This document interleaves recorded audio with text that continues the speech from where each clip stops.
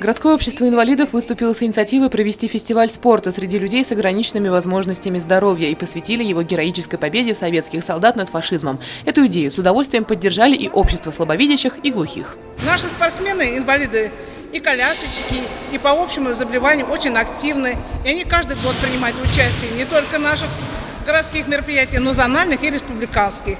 И сегодня с удовольствием мы собрались, несмотря на такую погоду, пришли в этот зал, чтобы встретиться друг с другом, пообщаться и потягаться в спортивных соревнованиях.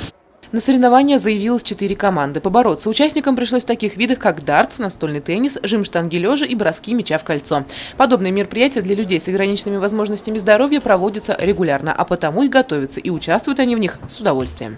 Готовимся регулярно и морально, и физически.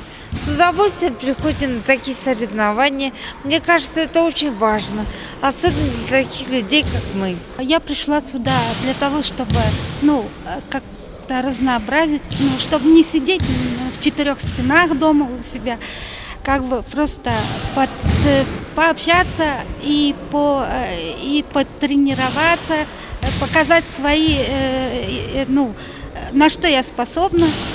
Традиционно поддержку в проведении данного спортивного фестиваля оказали Сибайский филиал «Газпром-Трансгаз Уфа», комплексный центр социального обслуживания населения, спорткомитет города и медиагруппа «Авангард». По завершению соревновательного дня определились лучшие команды, которые получили в подарок денежный сертификат от спонсора. И в любом случае одна большая победа досталась абсолютно всем. Это оптимизм, хорошее настроение и живое общение в дружеской обстановке.